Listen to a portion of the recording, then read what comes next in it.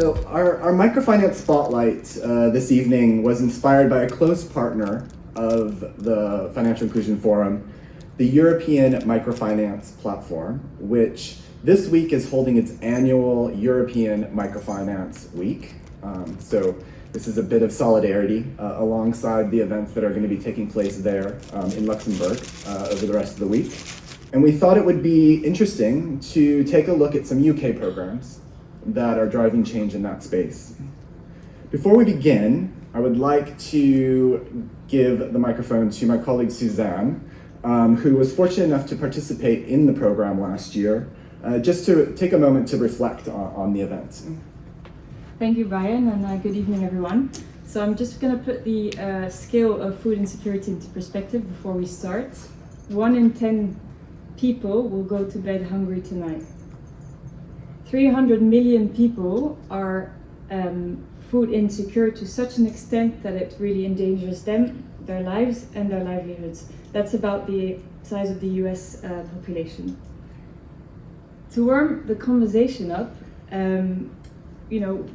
there's two things you need to know, and if we go to the next slide, we'll have the resources that really go into detail on all of that, the link that I'm going to try to make between food security and financial inclusion.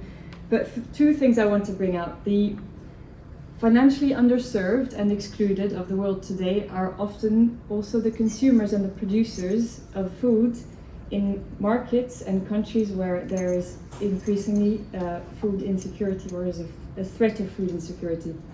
The second thing to remember is that food spending is often the largest and most regular spending of a household of a poor family in these developing countries, which means that actually often it's 70% of household expenditure goes to food, which means that of course in times of financial distress or uncertainty, people and especially women tend to eat less often, and also eat food of a lesser amount of quality. So what does that mean in terms of financial inclusion? How do we make that link? That link is pretty obvious. It means that, for example, people can have a safe space to store their money, or the financing that attracts youth to work in the agricultural sector can also mean loans adapted to the agricultural calendar. It can mean microinsurance, it can mean warehouse financing. It can also just mean connecting farmers to relevant actors along the value chain, or helping people to avoid going into risky or more costly informal financial services and products. So the European Microfinance Week, as Brian said, it's a pretty big event on the financial inclusion calendar. This year's theme, starting tomorrow until Friday, is about financial inclusion for refugees and the forcibly displaced. So you can either hop on a plane with me tomorrow morning, or you can go and follow it online through these links as well. So, yes. Thank you.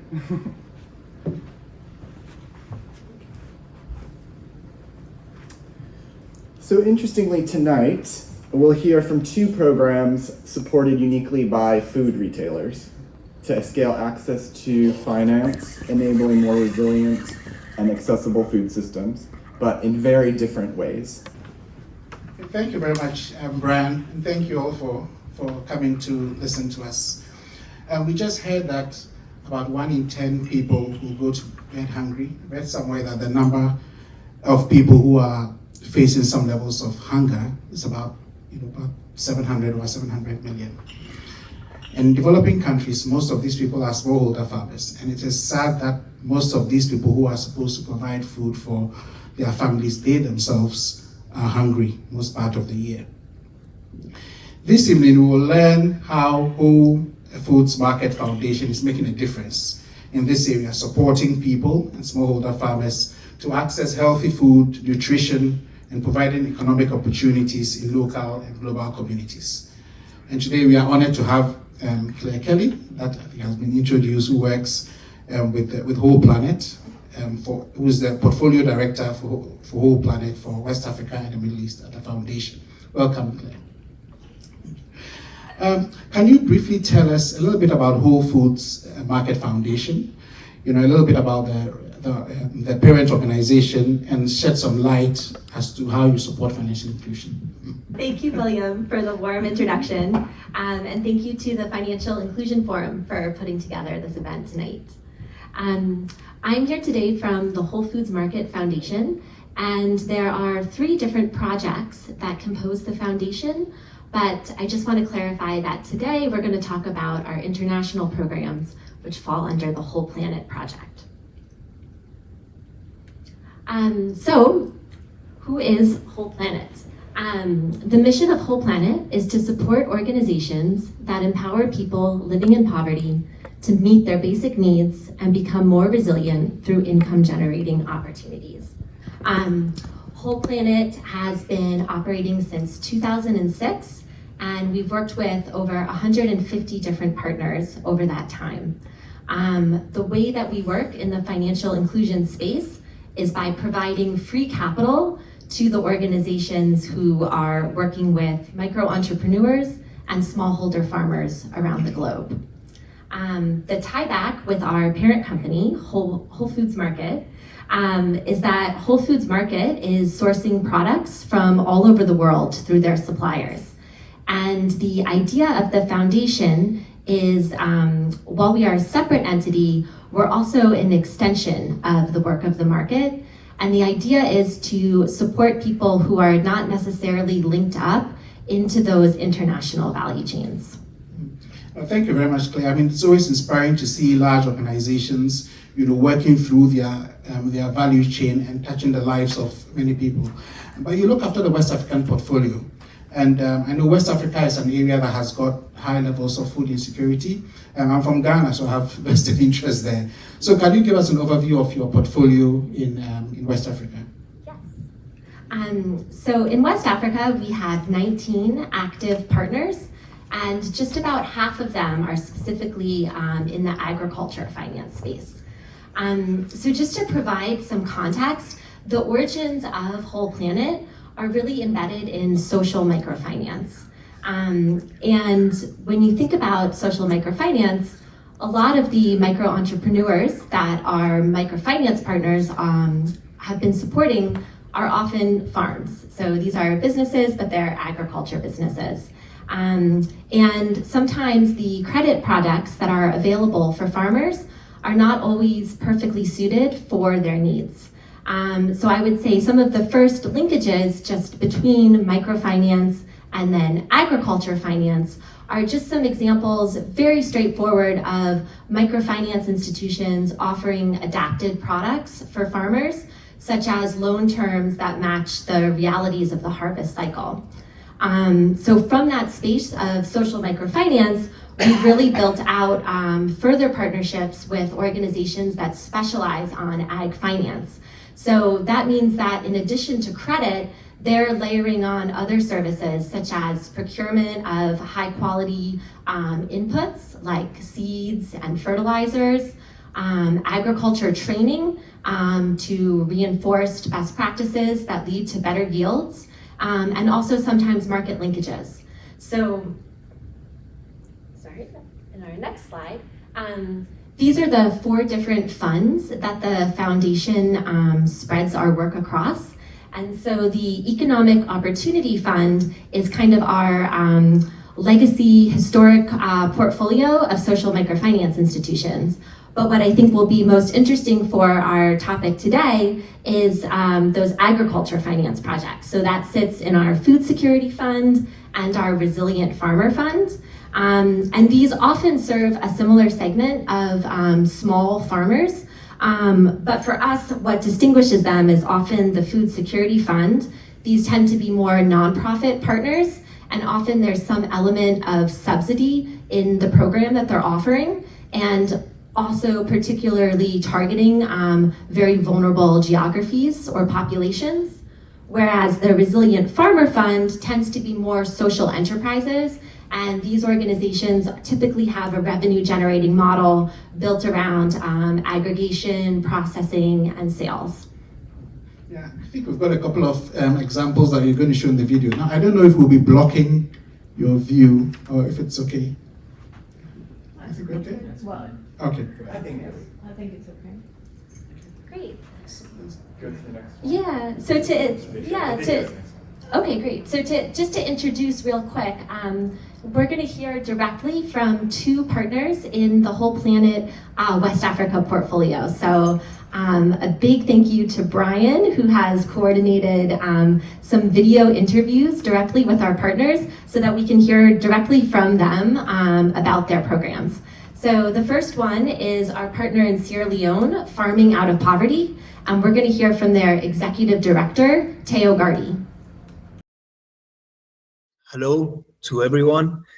My name is Tayo Gardey. So we are working in Sierra Leone, a country that in the last 4 decades went through difficult times like cruel civil war, Ebola, COVID, as you all know. So, and these have a huge impact in education, infrastructure, nutrition, and poverty that last until today. And those two last things, nutrition and poverty, are the things that we are focusing. We, FIF, focus on supporting subsistence farmers to move away from hunger and poverty and to become business farmers, to think farming in a different way. Just for you to explain a little bit, to be an introduction, what is a subsistence farmer? A subsistence farmer is someone that handle none or little cash, and from their production, they need to feed the entire family. And if they don't produce enough, they don't have family for the whole family.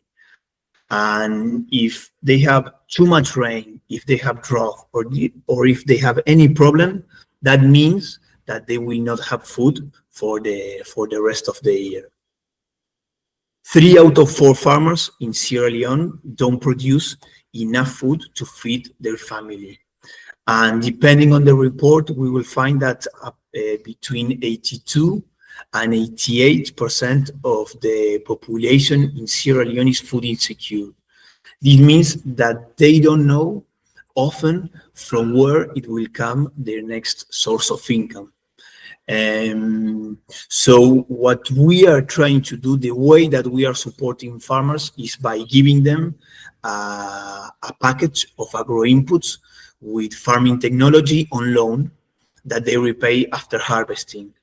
And we also train them on regenerative farming techniques, on crop rotation, and we link them to the market to sell their production after they harvest. So we have an agreement with the World Food Program.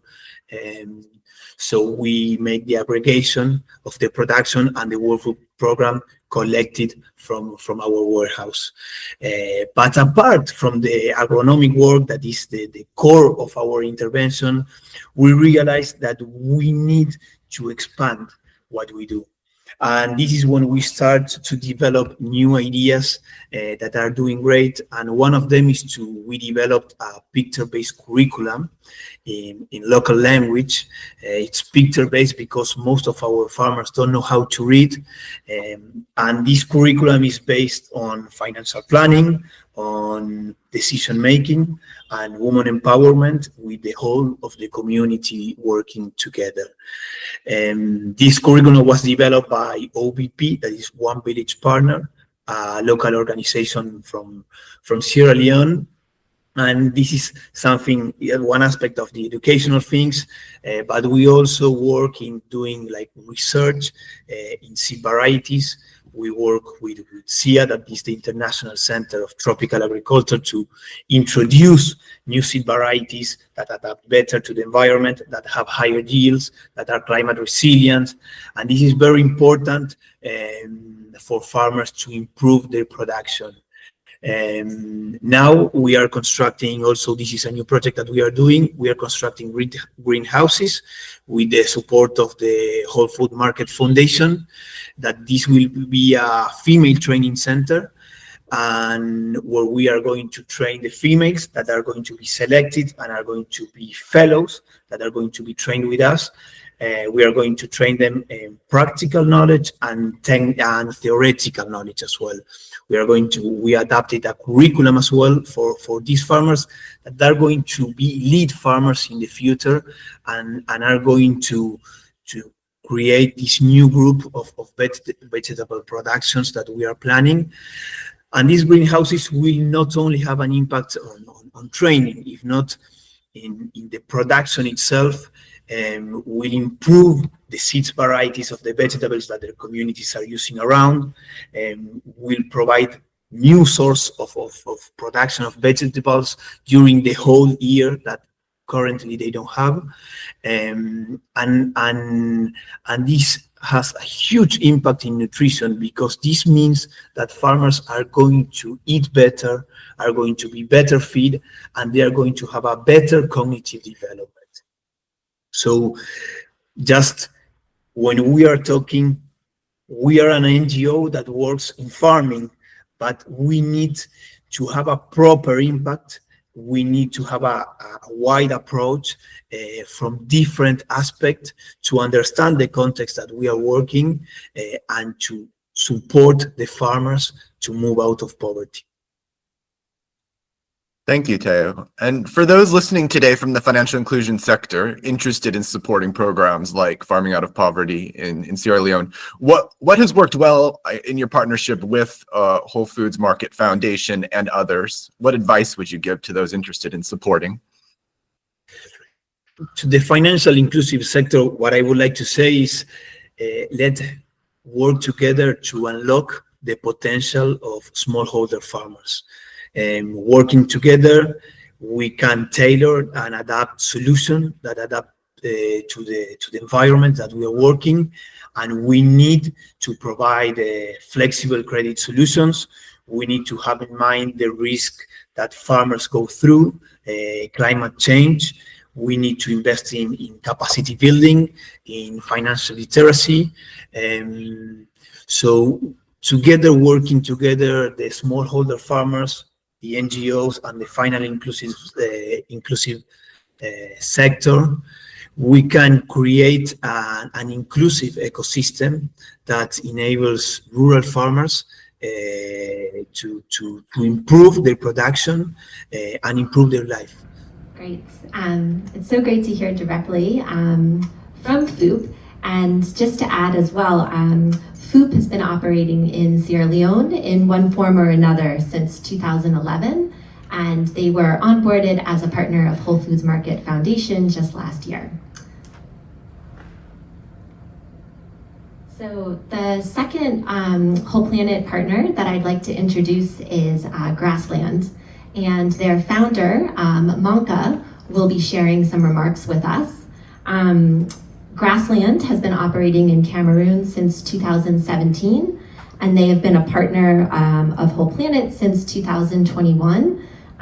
We just launched our second generation project with Grassland, which we're really excited about. Yeah, over to Manka.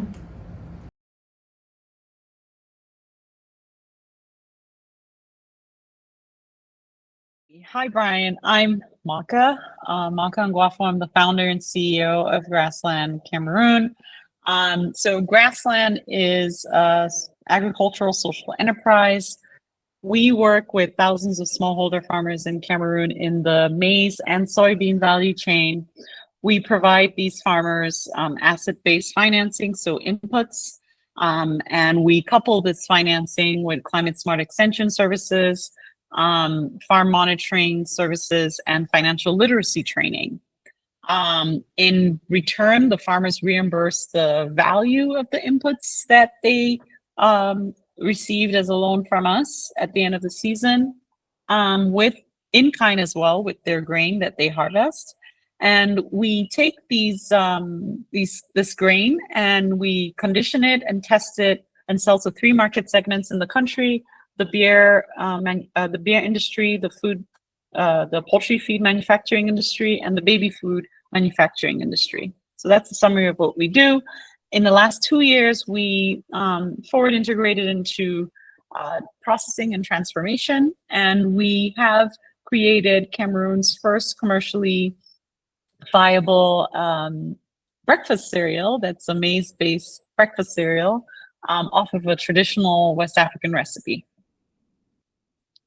Oh, that's amazing, and that sounds like a very complex portfolio of work that you're managing. I guess looking at the question of, financial inclusion and how it relates to increasing communities' food security and nutrition, how do you see the program that you're running kind of making an impact in that area? That's such a good question.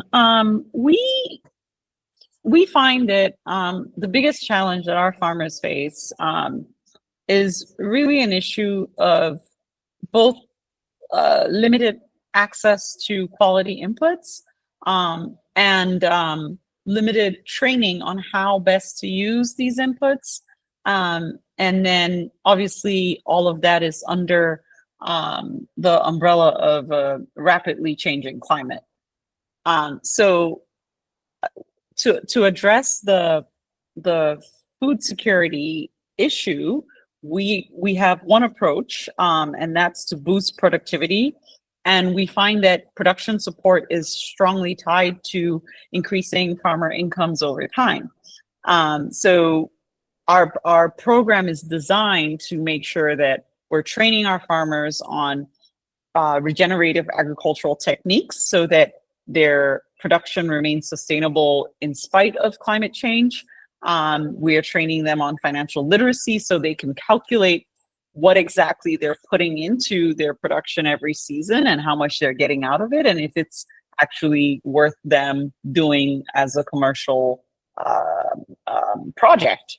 And finally, we really try to make sure that we train them on what times to use different additives, different chemical additives, and how to apply that, because that's also very strongly linked to quality grains and low toxins and higher nutrition. On the other end, because we've now gone into transformation, we are also ensuring that the product that the consumer good product that we create and distribute has all the basic nutrition needed for breakfast for babies from the age of 6 months all the way to vulnerable adults in their older age. And I guess then the second bit, the value chain and even the product that you're developing, the maize porridge, I guess, how does that connect to, I guess, access to food for those kind of outside of the farmers that you're working with? Yeah, as you know, Cameroon is home to a very large internally displaced population from the Central African conflict and also the northern Boko Haram conflict in northern Nigeria and Niger. So there is a need for reinforced nutrition, at least locally produced nutrition that is helpful for packaged goods that are helpful for these populations. So what we've created is a breakfast cereal that we are still in the process of fortifying, but the idea is it's a convenience package that has all the components of what you would need at breakfast, and will be able to be used for babies from the age of 6 months to school, toddlers, infants, adolescents, and all the way to the elderly. And we do this by ensuring that our production is safe, it's free of mycotoxins, it doesn't have traces of pesticides, insecticides after production, and we are also ensuring that it's quality safe in the production process and adding the premixes that are necessary to fortify it and have that nutritional base that is lacking. Thank you. I guess just as a last question, in terms of thinking about partnerships and sort of those kind of vital partnerships to making, the work at Grassland Africa successful, I guess what has worked well in your partnership with Whole Planet, the Whole Planet Project at Whole Foods Market Foundation, and broadly speaking, what I guess would your ask be to the larger financial inclusion sector to help you succeed in the future? Yeah, we've been really blessed to have good partners. Whole Planet Foundation has been a lender of ours for the past 3 years, and they lent us money with no strings attached. They actually absorbed a lot of the foreign forex risk that is inherent when you're doing these multinational transactions. And their lending allowed us to expand our program to thousands of farmers because we eventually were able to, in the last 3 years, right after COVID, the price of inputs skyrocketed by about 300%. And that assistance enabled us to not only maintain our program, but also grow it to work with more farmers. More recently, we have signed another engagement with Whole Planet to extend our program to the east where we are now, and also to the northern region where we will be working with farmers that produce millet, that is a superfood. So we are also playing with drought-resistant crops like millet, and thanks to their assistance, we're able to also look at ways in which we can improve our monitoring and evaluation. So the sort of partnerships that we look for are partnerships that are not, I wouldn't say free lending or like easy money, but partners that are able to modify and grow with us as we see how our farmers are responding to the program.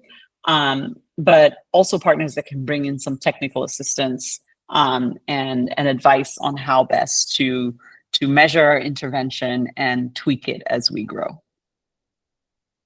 Interesting. Well, thank you, Manka, for joining me today. That was really helpful. And we look forward to staying in contact and seeing how Grassland Africa grows into the future.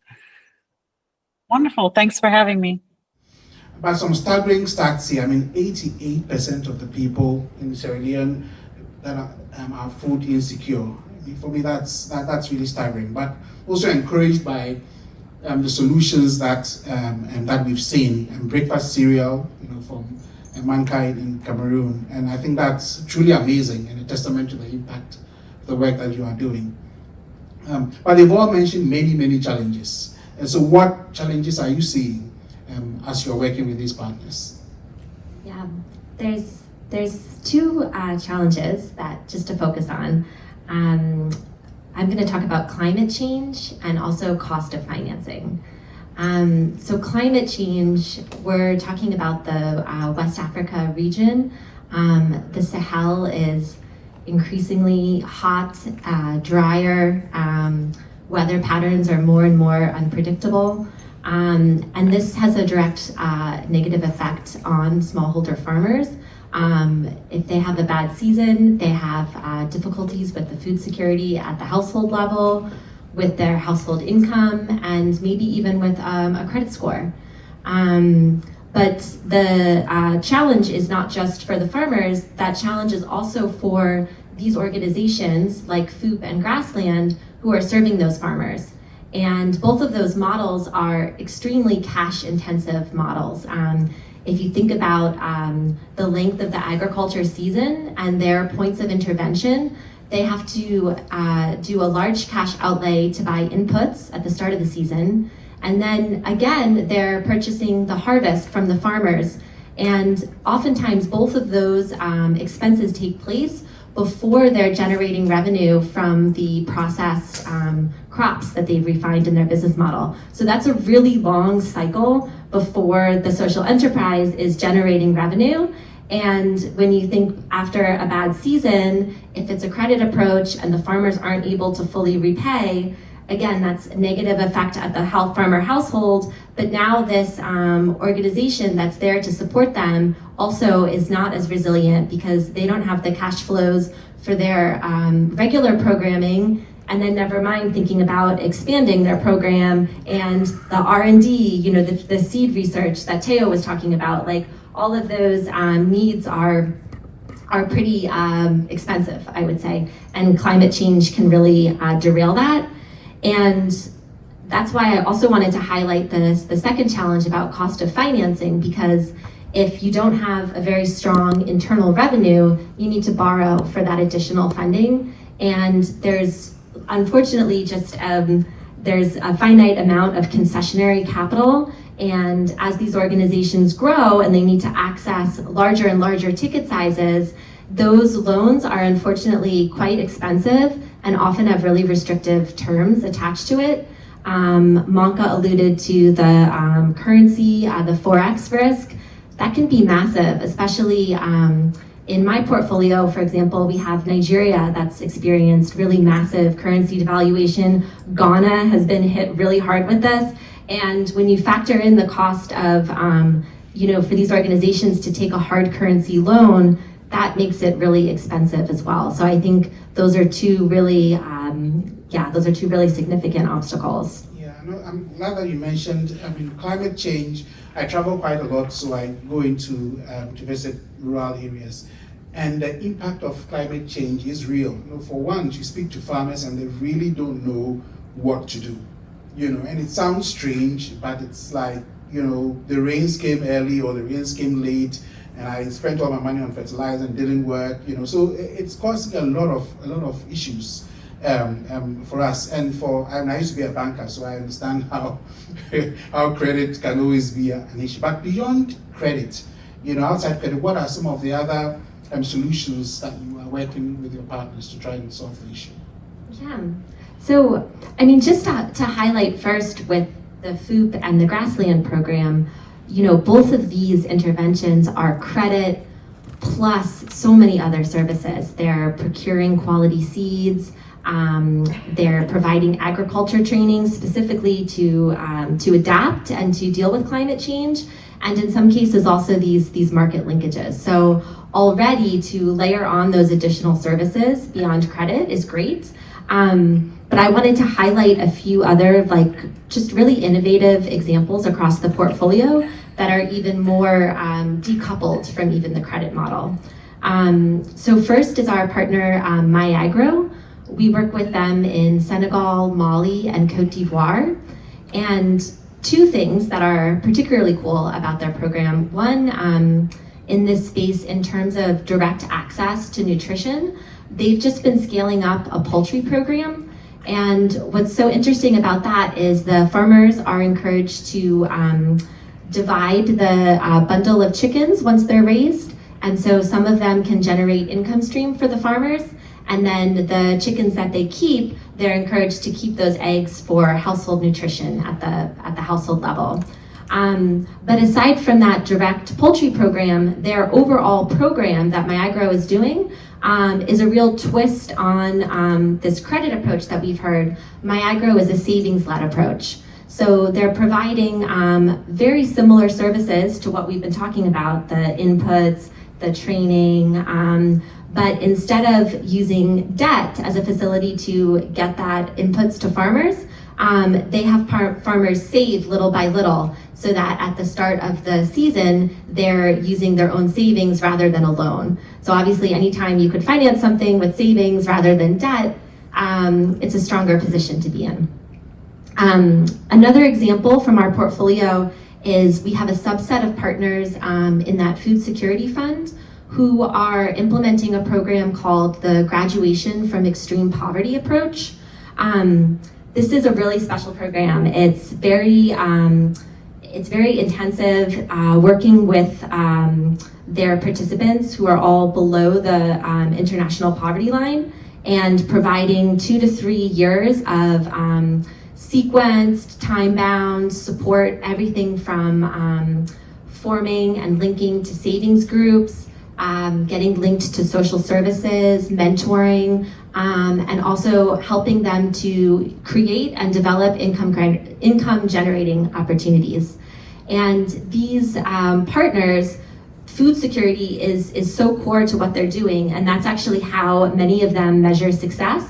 So for example, we have one partner in this space, Trickle Up, and some of the indicators that they've looked at to evaluate is, for example, how many meals are participants eating per day? How many times per week are they having protein? So that kind of work really extending into a segment that maybe the commercial credit space doesn't necessarily see that segment as, quote unquote, credit worthy, but by engaging with them from a financial inclusion approach and reinforcing food security, they can kind of bring them up on the ladder.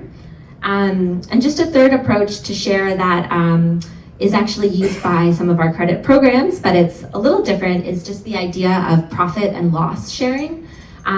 So Teo didn't share this, but one of the things that I think is really cool about the FIF program is that their approach to repayment is harvest-based.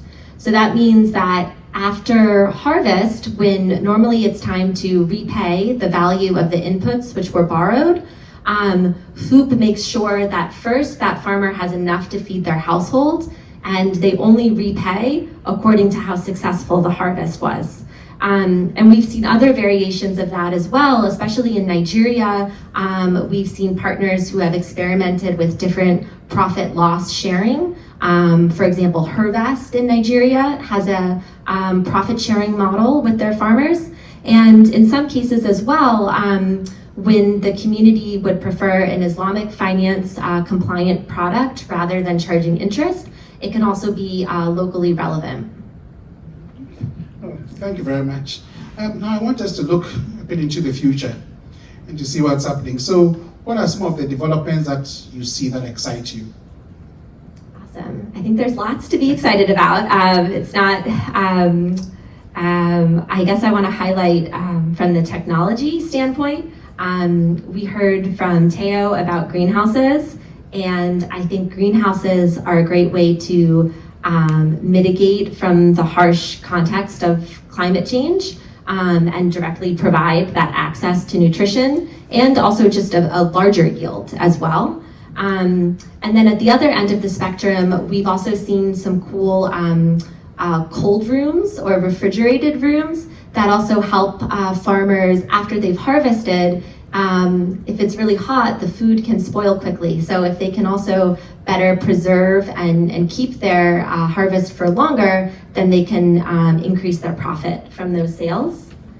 And yeah, from the financing side, I think something that I'm excited about is just exploring different alternative financing vehicles. So in order to better get accessible financing in bulk to those partners who sometimes have trouble accessing it.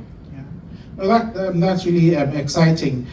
I mean, for us in OI, if I may, we've been working a lot with Gen AI, to see how we can also help farmers. And that actually started because when Malawi, the cyclone Freddy had come, washed away most of their crops, and then we asked the farmers, sort of a human-centered approach. What's your big problem? What do you want?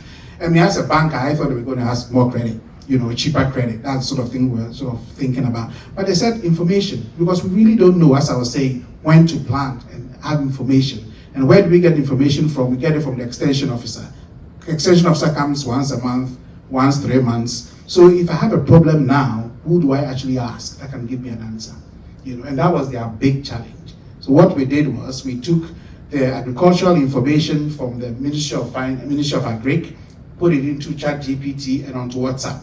So now the extension officer just goes onto a WhatsApp and can ask any question at all about Agric. So to avoid hallucinations, it's not going onto the net. It's actually taken from the Good Agricultural Guide. So it's just taken from a source. If you ask it anything else, it will not answer you. You know, and a lot of people are asking, how do I get a good husband? Well, they won't tell you. So it was that, and we've done that in Malawi. Did a pilot, quite successful. It's amazing how the farmers engage with it. The extension officers engage with it. Even put it in local language so they can speak. You ask it in a local language and it will respond to you. And we are expanding it to Ghana and to into Kenya at the moment. So it's an interesting way in which we can use technology, or new technology, as we say, to actually impact others. But just to close, I know time is fast spent. So what does Whole Foods Market Foundation, so what do you think about the wider financial inclusion sector, or how you can support the success of social enterprises serving smallholder farmers? Yeah, totally. I think sharing about what people are doing in this sector, sharing best practices, collaborating on some of those different financial inclusion vehicles. I think also, in collaboration with the FIF network can also be super impactful, because there's a lot of there's just a lot of different activity happening across this space.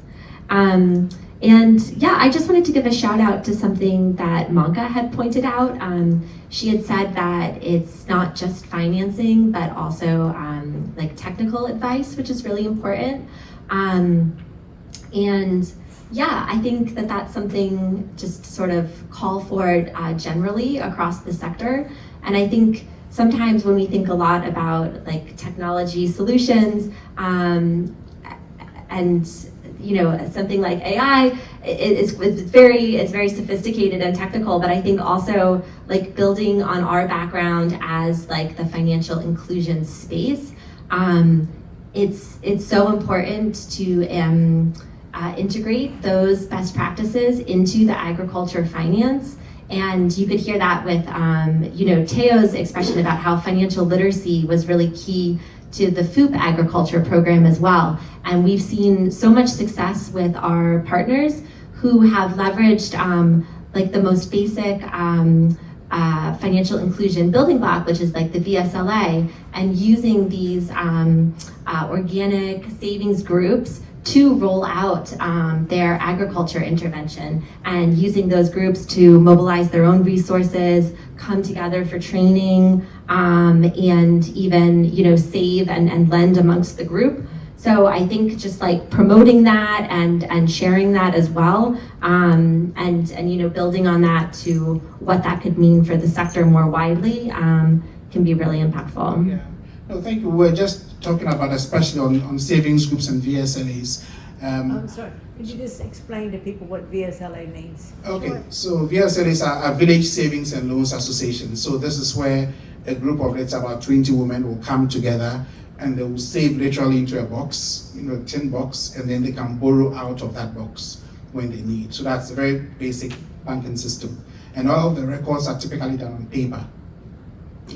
So that's a system that most women in the rural areas in Africa and in developing countries, that's sort of the most foundational way in which they organize their finance. So what we are doing now is we're actually digitizing that process, because everything's on paper. So if that paper gets missing, that's all your financial records gone. So we are now, the technology is available. We are through an app, we are digitizing all that information, and that's quite important, because that's the first time we are really understanding the way they bank, or the way they do their finances, because you are getting this information every week. They meet weekly. They meet every week. So we are getting information every week on how much they are saving, how much they are borrowing, and that's important for themselves because it's more efficient. It means it's never lost because it's still in the cloud, so their information is never lost. So that's good for them. But also we are seeing the opportunity to link them to other financial services, because the banks and financial services will come in if they understand and they have the data on what actually is going on. So I think that's another area that I think it's becoming more and more important for us to work on. But thank you very much, Claire. Thank you very much for this exciting discussion. I've learned a lot, as I always do, and thank you very much for coming. And thank you all for listening. We thought it would be interesting in our second session this evening to actually take a bit more of a local look at how community finance is helping insecure households during the cost of living crisis, most recently, to access food and basic services. I am joined this evening by Chris Bennett, Chief Commercial Officer at Fair for You, which is a non-profit UK community development finance institution, offering credit, accessible credit to families to buy critical household goods directly from manufacturers, and most recently has been leading a national partnership with Iceland Foods to support vulnerable customers. Chris was fundamental in the startup of Fair for You, and we're really lucky to have him here with us this evening. The theme of this session is making ends meet through the cost of living crisis. Chris, thank you for joining us. If you could just give us a brief introduction to Fair for You and where it fits in the financial services landscape. Certainly can, yes. Thank you for having me. Thank you for inviting me, all the way from sunny Birmingham, sunnier than London today. So yeah, just a brief intro into Fair for You, the way that we work. As you say, so we provide microfinance, on average between £25 to £350 to purchase essential household items. So, for example, your washing machine is broken and you don't necessarily have the cash to purchase that item. That's where we'd come in. We're a social enterprise. We're wholly owned by a charity, the Fair Credit Charity. And as you've said, Brian, we're a CDFI, a community development finance institution, much easier to say CDFI. And essentially what CDFIs do, we support those families that are excluded from mainstream finance. So there are many of us in the CDFI space, not too many people know about us, but we're mighty, even though we're small. So since 2015, Fair for You have delivered a number of loans to our customers, a total of 89 million loans that we've given to almost 100,000 customers since we started back in 2015. And essentially we work to support those families that are sort of lost in the middle. They may be they may not have enough finances to purchase items with cash, or they may be excluded from mainstream finance, so cannot access through a bank loan or a credit card, but also may be seen as sort of too well off for a grant. So we sit in that middle next to credit unions and unfortunately next to high cost short-term credit as well. I think this is what we sort of class now as the credit vacuum in this space. And this is largely because a lot of the high cost credit providers have left the market, the Bright Houses, the Perfect Home stores. And the CDFIs aren't necessarily well known enough, and the credit unions, amongst the target demographic to take up some of that slack. So we call this a credit vacuum, and that's now being taken over, as we probably all know, by Buy Now Pay Later. In 2021, Buy Now Pay Later there was about £6.6 billion worth going through Buy Now Pay Later. In 2024, that's expected to be around about £30 billion. So a significant increase, and of course that's not just in the sector that we support, but we're seeing more and more of the customers that we support going through Buy Now Pay Later. So on the next slide, there's a very scientific chart, and I love a scientific chart, to try and sort of show where we sit in this space. And it's this sort of middle area where you know customers may not be able to access via cash in the bank and savings, but also can't access the sort of the bank loans or the credit cards. And if you look at across the bottom there, you see the total cost of the finance or the purchase of the item, and then on the left-hand side, the accessibility of that product. We go all the way up, CDFIs, and then unfortunately high-cost short-term credit, and the one that we're all trying to get people away from, the loan shark, that's miles off the chart there, as far as I could get it off on a slideshow anyway. But this is a huge space. Fair for All Finance have come out with some relatively new research to identify that over 20 million people in the UK are marked as financially vulnerable. And in that space, there's about £2 billion worth of unmet, commercially viable, compliant lending. So, you know, we're really proud that we've done around £89 million worth of lending, but it's just scratching the surface, and we're one of a few CDFIs that are doing that sort of level of lending. And ultimately, we're there to provide an alternative so that customers don't need to turn to high-cost short-term credit or even the loan sharks, which more and more people are turning to nowadays. So just very quickly to look at how we work. So there's sort of three important parts of our journey, three important people involved in it. Obviously, those families that we support, extremely important, and then us in the middle, we like to think pretty important as well. And then the retailers that we ultimately allow customers to purchase from, provide them the accessibility to purchase from those specific retailers. So we have a number of different retailers. We work with the likes of Whirlpool Group as a manufacturer, so we have access to sort of Hotpoint products, as well as Whirlpool and Indesit products as well. You can also purchase from Argos, Iceland Foods, which we'll talk about a little bit in a minute, Euronics and others. And then the sort of families that we're supporting at the moment, largely, obviously UK-based only, but benefit dependent quite often. The average customer is a single mum with 2 kids. A high proportion actually also living with a disability in the household, so around about 20 to 25% of those that we support have a disability in the household, and the vast majority is social housing renting. And then us in the middle, so we provide access to those retailers via 2 main mechanisms. The first on the left is the e-commerce option that we have, and that's kind of like working in an Amazon type of way. So we host products on our website on behalf of those retailers that we work with, and then customers can purchase that item direct through a loan through us. And then the other side is a prepaid card. So this is a MasterCard and allows access to a wider range of retail stores. And the really great thing about a MasterCard is that for the customers that we support, for the families that we support, they're just going in store, spending online like any other customer, just using a debit card. It's exactly the same as any other product. Wow, amazing. And I mean, it's clear that the retailer partnerships is quite core to the Fair for You model. I mean, before we look at the Iceland partnership, I guess, how did that take shape in the beginning, and how common is it to work with retailers the way that Fair for You is? It's not very common in our space. I think nowadays we probably look like a buy now, pay later provider. I think the very big difference between us and buy now, pay later is that for those larger product prices, the sort of £350 for a washing machine, quite often it's very difficult for the families that we support to split that into 3 or 4 payments. So we split that across a much broader range, weekly, fortnightly, 4-weekly, or monthly. So yeah, CDFI sector not necessarily integrating with retailers too much. It's pivotal to the way that we work. And it's why we have one of the lowest interest rates in the CDFI sector, because we rely on those retail partners that we have to support the bottom line that we have. Essentially, we have to be sustainable. We're a social enterprise, we're a not-for-profit, but it's essential that we're sustainable so that we can be here next year to support more people. So it's extremely important to us, but I think what it shows is that how broad the range of CDFIs are. We've got some CDFIs like ourselves working with retailers. We've got some CDFIs just lending cash like any other normal lender. We've got some CDFIs that are working exclusively with the public sector, which allows them to lend at different rates. So I think it's really important for us to see CDFIs as sort of a community of lenders that are able to support this significant sort of demographic of customers that need that support. Thank you. So Fair for You recently, in the last couple of years, has been working closely with Iceland Foods supermarkets to provide a new, I guess, financial resource for struggling families in the UK. Can you, I guess, just give a bit of an overview on how that program works, the impacts you've observed so far, and maybe lessons that have come out of the program as it's matured?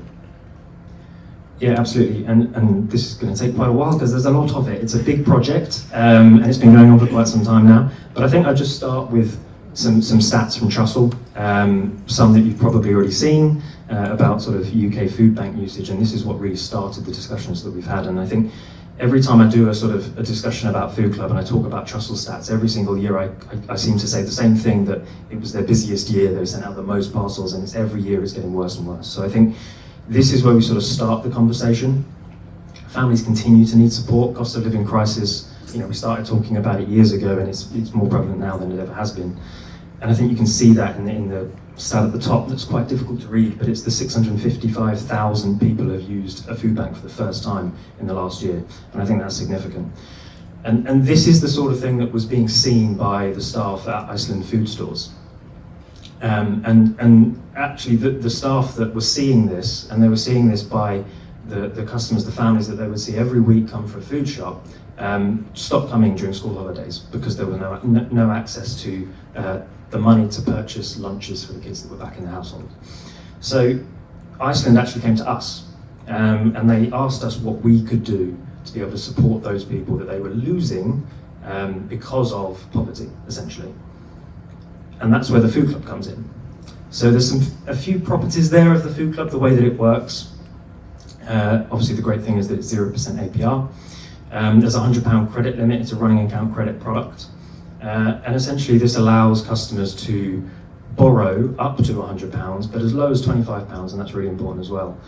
Put that onto a MasterCard and spend it in-store and online at Iceland food stores. They can repay £10 a week. And also, what's really important as part of this product is that top-ups are available up to that £100 credit limit only during school holidays, which is, trying to go back to the idea of losing that business to poverty during the school holiday period. And there's other criteria as well that's really important. So ensuring that customers aren't in arrears, that they can't top up if they're in arrears. That's really important as well to ensure there's no debt spiral that's continuing and there's no refinancing of that debt. So since we launched this product, we've helped around 30,000 families. We've delivered about £11 million worth of food, and that's on average for an Iceland food basket, that's around 350,000 baskets worth of food. So in a relatively short period of time, we're quite proud of that. And if we look at the next slide is just a timeline of how that sort of worked. So the idea came about in 2019. We initially launched a geographical pilot in 2020, and then something happened in 2021 that stopped it from progressing too much further, because obviously Iceland Foods were quite busy during the sort of COVID period in that time. We ultimately launched the product nationally in the back end of 2022. And that's when, so obviously, the significant proportion of that 30,000 customers came in. We serviced through 2023, and in 2024, we're going to release our next independent social impact report, which I'll touch on in a minute. So that's sort of the timeline, but I think the next slide is a video that we put together in 2022 for the launch. So it's a couple of years old now, and we've created a new video that will be coming out soon. But this is, I can talk about the Food Club and how it works and how great we think it is. Till the cows come home, and I will. But our families say it best. So the next slide is just a video of our families talking about the Food Club and what it means to them.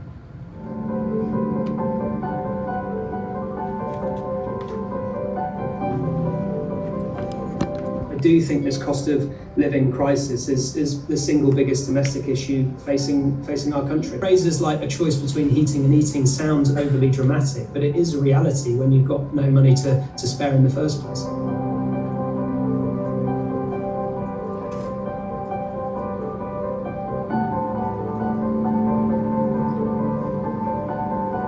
I struggle week in, week out with universal credit. My son is 11 and with his special needs he doesn't know when to stop eating. It was Christmas and I needed some money to purchase food, etc. I thought I can't let myself down to get in that predicament.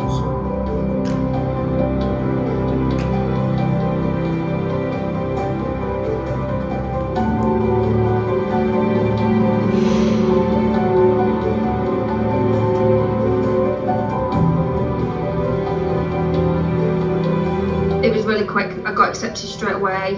I'm one of them mums out there to put something in the slow cooker or cook a proper meal. I'm not one of them that's takeaway mad. I didn't think I'd get accepted for it. Then when I did, that were a big relief off my head that obviously I can actually go shopping and get the stuff in that me and my children do need. It was just such a relief. It gave me the option of being able to choose what I wanted to have. You can use it in any Iceland store and pay back later. It's like a savings really, so you're putting money in something and you know that's all you can spend it on. So you know you have got that resource to use when it comes to them school holidays. Fair for you is like a long lost friend. It won't rip you off. It's there when you need it. Like if you get a normal payday loan, you pay an excessive amount of interest, but Fair for you don't. And it's just a simple payment plan where £10 a week comes out of your account. They're very good at keeping in contact, and when you've made a payment, they even email you saying the payment's gone through. Some of my friends have got children with special needs. I've said, do what I'm doing with Fair for you.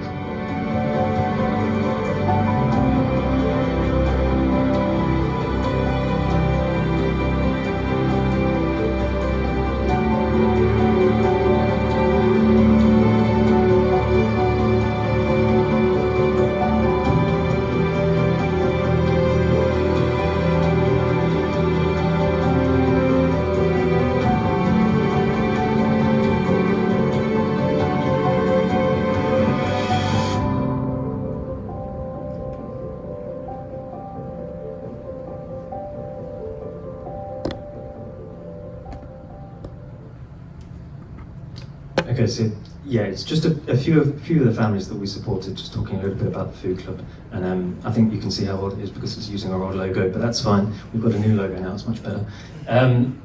So that used some of the data that was on some of those slides and that video came from our internal reporting, just to check and make sure that what we were doing was doing what we hoped it would. And it's really important that we then go out further. So we did an independent social impact report just before the launch, just to make sure that everything was running as we expected. And in 2022, with the launch, we launched that social impact report, which was completed by the Centre for Responsible Credit. And out of that report came some really interesting information, significant improvements in diets, and that was largely because people were able to access the food that they needed. So for example, when there was a disability in the household, potentially one of the children had a disability and they needed certain types of food, they were able to access that food through Iceland. Also, people saying that they're better able to pay for food and other essentials, but significantly a significant reduction in the usage of food banks, either stopping completely or just reducing usage, either or, which was absolutely brilliant. And this is the kind of area that we were trying to focus on, and that we'd like to continue focusing on, because the way that we could potentially integrate into food banks with this sort of product to support those people after they have that immediate need sorted, where do they go next? And potentially there's an alternative there. Some more data coming out of that social impact. Again, in terms of mental health, significant improvements in mental health with reduction in the feeling of less stress, anxious and depression. But also, I think the one in the middle is the one that I really want to highlight here. So there was a significant reduction in the usage of loan sharks. We were really surprised to see around 6.5% of the people that we'd supported were accessing a loan shark or had access to a loan shark in the 6 months before taking out Food Club. And that had reduced by 80%, and that was significant. And they're the sorts of areas that we're trying to support customers out of by improving their management of their money, and then ultimately, ideally, moving away from a CDFI as well and into mainstream finance. So that's sort of I've just got one more slide to go through here, but I think that's the social impact report that we released in 2022. And what's really interesting is what's coming next. We've got great stats with our initial social impact report, but that was from pilot customers, and it's now been running for for 2 years now. So we've got significantly more data, and that's really useful for us to be able to develop the product and continue supporting people. Now, to the 5 odd people that have me on LinkedIn, you know that I promised a bit of a sneak peek into what the next social impact report looks like. So again, we've got an independent social impact report that we're hopefully launching next month, but I feel like I've been saying that for the last 6 months, from the Centre for Responsible Credit again. And there's 4 numbers there, and I've been purposely cagey about what those numbers are, but I will go through them. They're my 4 favourite numbers from the social impact report, and obviously there's a lot more data in there about reduction in loan shark usage again, food bank usage, increase in improvements in diets. But those 4 numbers are my favourite, and I'll go through them in turn. £1.94 million, and that's the amount borrowed from high cost credit that's reduced. Essentially, it's the amount reduced from high cost credit borrowing, which is significant. £500,000, that's the amount that's been saved in interest for those families that we've supported across a year's worth of lending. Great figures, but the next 2, £134 million, that's the social benefit that's been identified as a direct result of 1 year's worth of lending through the Food Club. And that's split into well-being improvements around diet, around ability to heat homes, things like that. And also improvements and savings for the exchequer as well, so reduction in sort of GP visits and things like that. And then the last one there, £58.26. Really important to us, that's the social return per £1 invested in the Food Club. So every £1 that an investor invests into us that we can then on-lend on to a customer, the social return on that investment is £58.26. And the best thing about that number is that's the lowest it will ever be. Because it's a running account credit product, because we're re-lending this money to customers as they continue to pay us back, that's the lowest that number will ever be, and as we continue to lend, that will just increase, which is absolutely fantastic. So that's the impact report that we will hopefully be releasing next month. But that's not all that we're doing. We're looking to relaunch the Food Club product, so if you were to go to the Food Club website today, you wouldn't be able to access it. We're making some relatively large changes to the infrastructure that sits behind the product, but what that means is that we're going to be able to do more with the product. So Food Club is brilliant, but we found that largely where we're providing this product to the families that we support, there's more than just the need for food in the household. So there's the need for school clothing for kids. There's the need for sort of, potentially if you're moving into a new house with a housing association, you may need to have access to cooking utensils and things like that. So it's what more can we do with the Food Club and this model that we've built around 0% interest and relying on retailers to support us to develop that product and allow access to more product, to more sort of retail products. But also how can we support customers out of the Food Club and potentially into other options? As we sort of heard earlier, it's more than just the initial shock. Quite often we find that those families that we're supporting with food may not have access to a fridge freezer, may not have access to a cooker. So it's changing the way that they're able to shop and ultimately costing them more. So it's how can we support customers out of that and then potentially onto some other products. Wow, thanks for that bird's eye run through the overview of the program, and it's just amazing to think in such a fast-moving crisis that you were able to create a program and a partnership that was so met the needs of the moment, really. So I think that's one of the kind of initial takeaways that I have.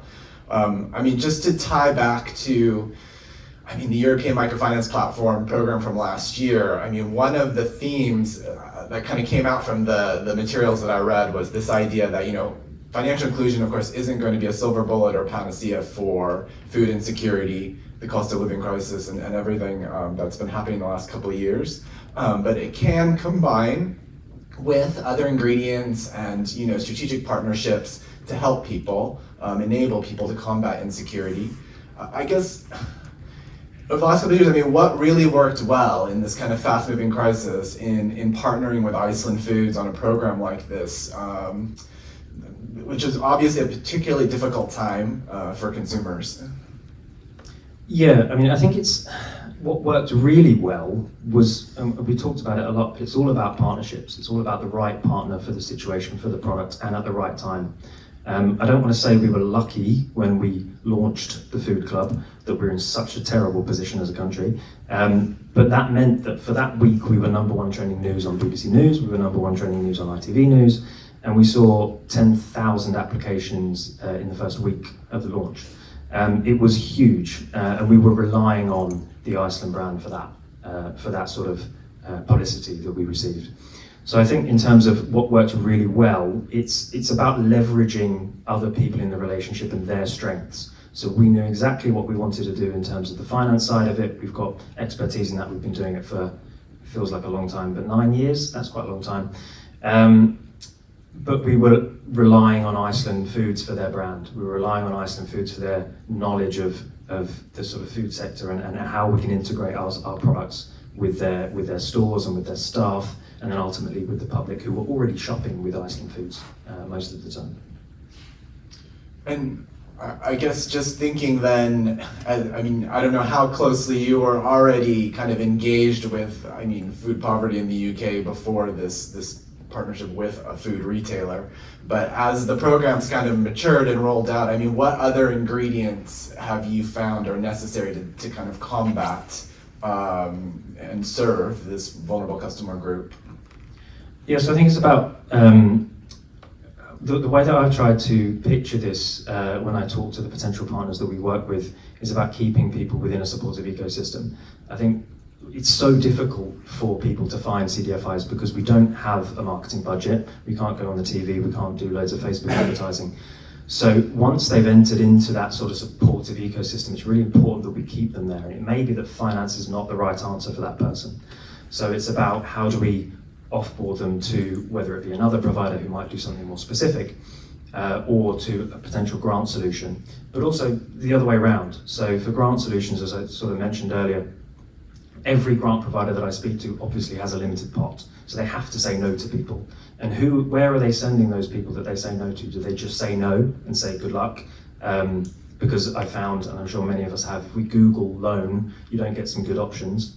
So it's about potentially working with those partners as well, and also mainstream finance, mainstream banks, because these are brilliant customers at the end of the day.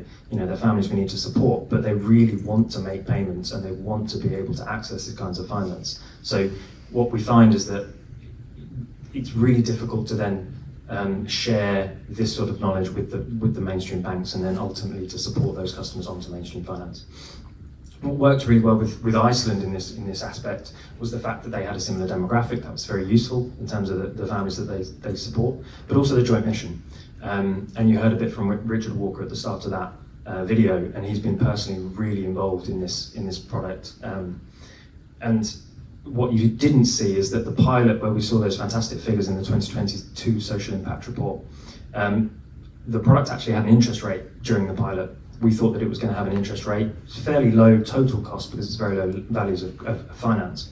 But Richard said, I want to make it interest free. So how much does it cost to make it interest free? And he paid it, essentially. So it's about finding the right partners with that sort of joint mission. Wow. I mean, the food club card seems like sort of a bit different than the type of finance you were offering before, and it's an innovation sort of in the model that you're building. I guess, are there any other, I guess, exciting financial inclusion developments on the horizon that you see? Yeah, I suppose it depends on your definition of exciting. I find it exciting, but I'm very boring like that. So I think there's two really that I wanted to highlight. One is the Consumer Credit Act reform that people are talking about at the moment and we're getting information about. I think this is a real opportunity for government and everyone involved to change what is an archaic piece of legislation. It doesn't support growth, it doesn't support the sector that we provide, ultimately supporting those families. So I think this is a huge opportunity, and I'd really encourage everyone to get involved in terms of any feedback that may be provided for the Consumer Credit Act reform. So that's the first one. That's going to take a while. We know what it's like changing legislation, so that's going to take a few years. But I think more immediately on the horizon, it's another regulation piece, is the Buy Now Pay Later regulation. So as I say, Buy Now Pay Later is massive. It works really well for a lot of people, and that's absolutely fine, it should. But it doesn't work for some people, and they get stuck in this sort of high interest at the end of it once they can't make those initial payments. So I think with the new regulation around Buy Now Pay Later, which hopefully will come a bit sooner with Labour involved, I think there's an opportunity to develop how we as CDFIs are seeing.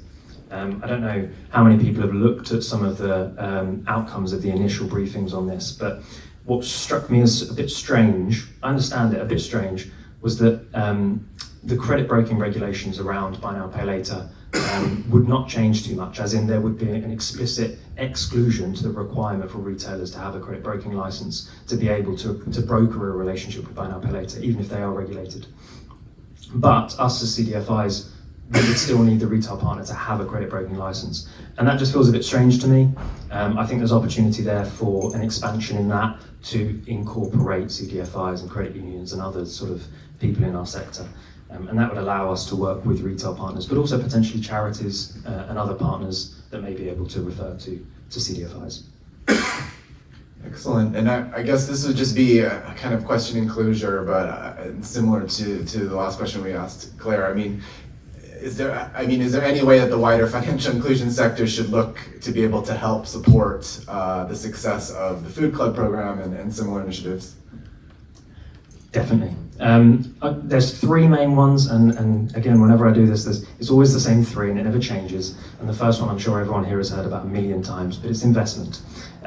So whether that be capital investment for us to on-lend, as I say, there's a significant social return on any investment that is provided through the Food Club, and we're really lucky to have some incredible social investors, but the need is greater than the amount of money that we've got at the moment. So any sort of support around investment is really important. The second one is awareness. Again, nobody really knows about the CDFI sector. It's growing, which is fantastic, and there's some really good people in the space, but building that awareness is really important. We know the need is there. We need to develop the partnerships to be able to support people within this ecosystem. And then finally, this is a bit more sort of personal to the way that Fair For You work, is introduction to retail partners potentially. So if anyone has any contacts or knows any retail partner that may want to work with Fair For You, it's more than just food. By being able to support other areas, we are also indirectly supporting access to food because we're improving the way that finances work in these households. So any access to retailers. So it's investment, it's awareness, and it's retailers. Well, thank you, Chris. That was really powerful, and I think we all look forward to seeing the report when it eventually does come out next month or after. Yep. Better that it's a good report and comes out at the right time. So yeah, thank you for that. We'll end the session there.